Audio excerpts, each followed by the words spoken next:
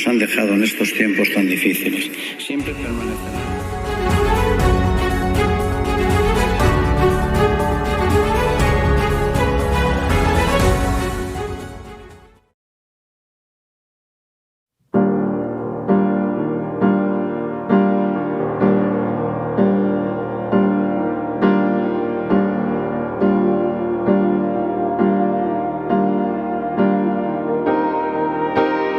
Para las víctimas de la tragedia ocurrida en las últimas horas en un estadio de fútbol en Indonesia, donde han perdido la vida más de un centenar de personas, nuestras condolencias para todos sus seres queridos.